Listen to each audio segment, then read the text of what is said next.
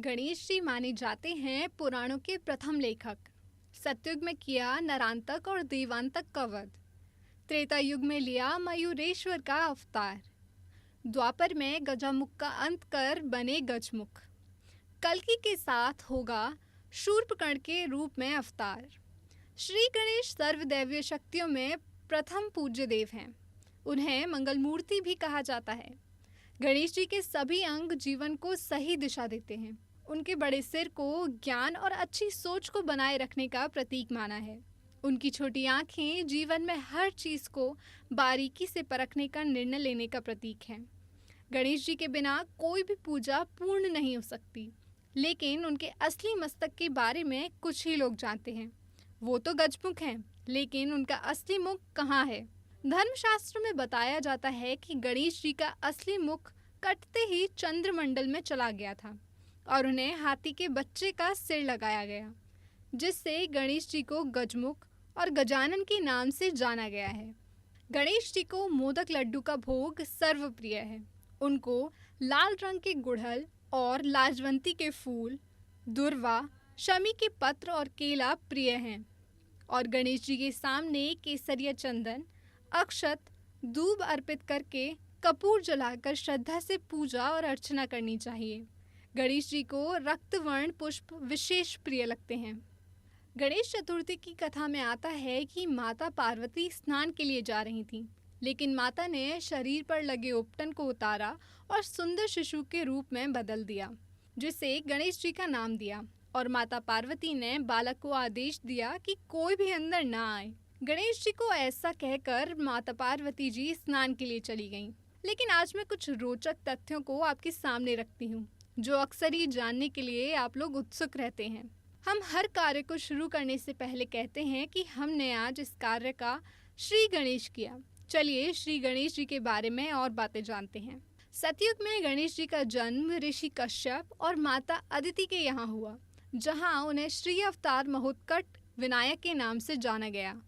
इस जन्म में विनायक जी ने नरांतक और देवांतक नाम के राक्षसों का वध किया। यहाँ इनका स्वरूप तेज और 10 भुजाओं वाला माना जाता है, जो सबको शुभ फल देने वाला है।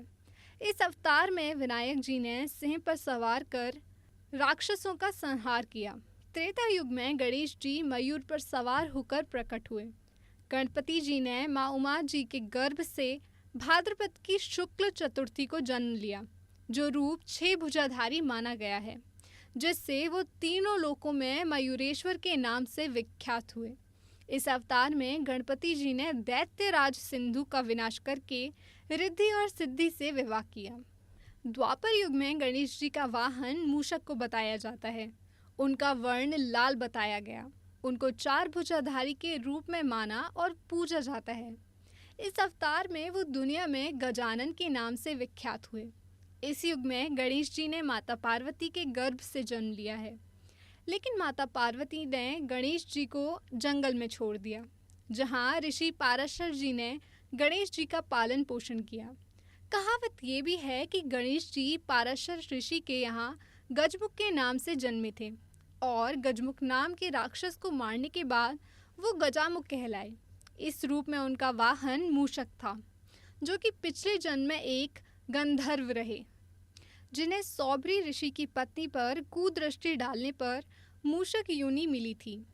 गणेश जी के मूषक को डिंक के नाम से जाना जाता है। श्री गणेश जी को पुराणों के प्रथम लेखक होने का भी गौरव प्राप्त है। उन्होंने ही महाभारत नाम की ग्रंथ को लिखा, जिसके रचनाकार वेद व्यास जी को माना जाता है। लेकिन गणेश जी ने शर्त रखी थी कि उनकी लेखनी बीच में न रुके, जिसके लिए वेद व्यास जी ने कहा कि आप हर श्लोक को समझने के बाद लिखें, जिससे गणेश जी को श्लोक को समझकर लिखने में समय लगने लगा। माना गया है कि कलयुग में गणेश जी नीले घोड़े पर सवार होकर आएंगे, जो कि उनका अंतिम अवतार होगा। इस युग में गणेश जी को शूर्पकर्ण या धूम्रवर्ण के नाम से जाना जाएगा, जो कि देवदत्त नाम के नीले घोड़े पर 4 भुजा अवतार के रूप में सवार होंगे और हाथ में खड्ग लेकर अपनी सेना के साथ पापियों का नाश करेंगे, जिससे सतयुग का सूत्रपात करके कल्कि अवतार का साथ देंगे। आज का विषय पूर्ण होता है। ऐसी अनसुनी गाथाओं का विस्तार से रसपान करने के लिए आप प्रतीक्षा कीजिए हमारे अगले एपिसोड की, और सनातन के संकल्प को निभाने के लिए देखते रहें हमारे साथ अपना धार्मिक चैनल एन दर्शन।